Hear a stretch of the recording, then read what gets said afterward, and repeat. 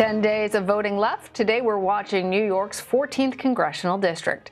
Congresswoman Alexandria Ocasio-Cortez is up for re-election there. It's a largely Democratic area, and AOC is a strong favorite to win re-election. But the race has still been getting some attention.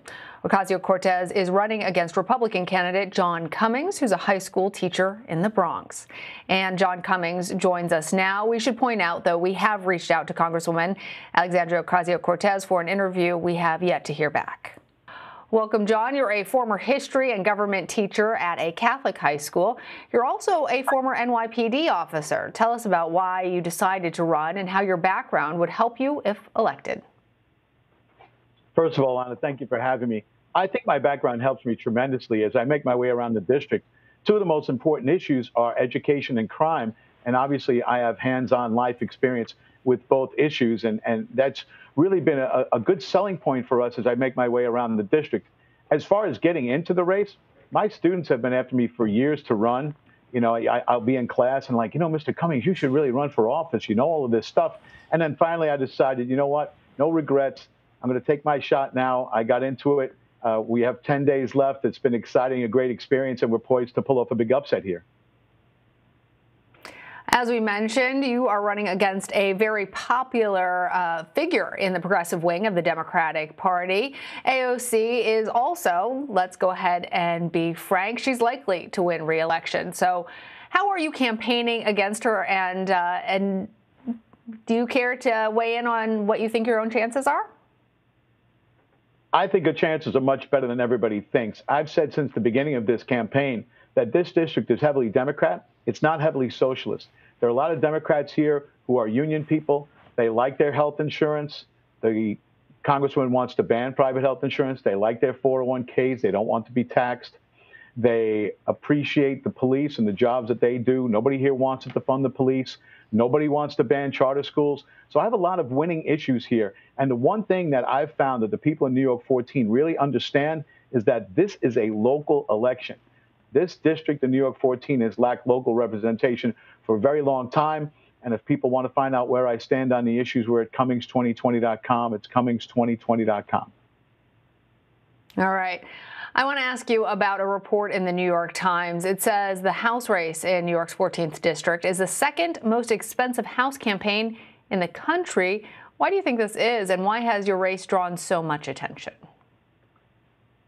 Well, I certainly think it's due to the fact that Congresswoman Ocasio-Cortez has such a huge national profile, and I've made that a point of my race. She's done a great job creating a national profile, and that's why we've gotten the attention that we've gotten. But she is absent locally.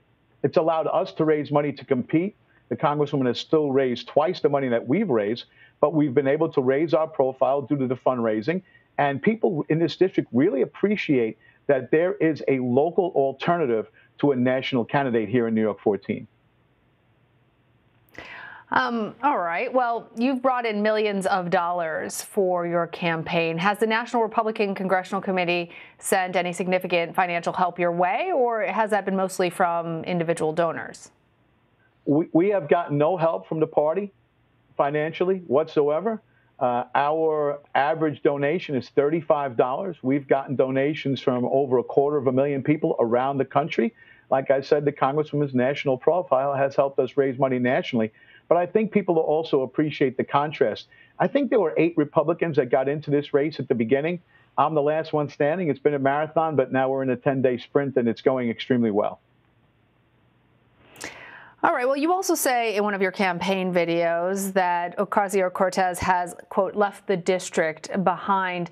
But out of fairness, anybody who is elected to Congress necessarily needs to spend a big portion of their time in Washington.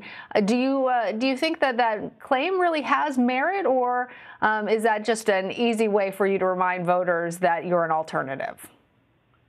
No, I totally understand that you'll spend time in Washington and a great deal of your time in Washington, but the Congresswoman never even opened a dedicated office in the Bronx part of the district. The Congressional District New York 14 is 65% in Queens, 35% in the Bronx. I was out online just about an hour ago speaking with people who were waiting to vote. It was a 4-hour wait to vote. And I was speaking with people online, and the thing I hear over and over again, I've heard it over and over throughout this campaign, is that you cannot reach the Congresswoman when you have an issue. They recently opened a men's shelter right near where our voting poll was today, the voting site.